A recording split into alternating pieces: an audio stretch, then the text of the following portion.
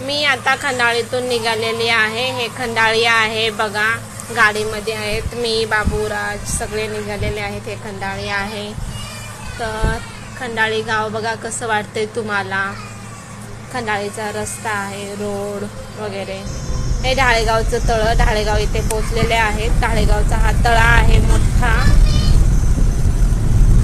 आता यस्तारच्या रोडला आलेले आहेत आम्ही. हा यस्तारचा रोड आहे.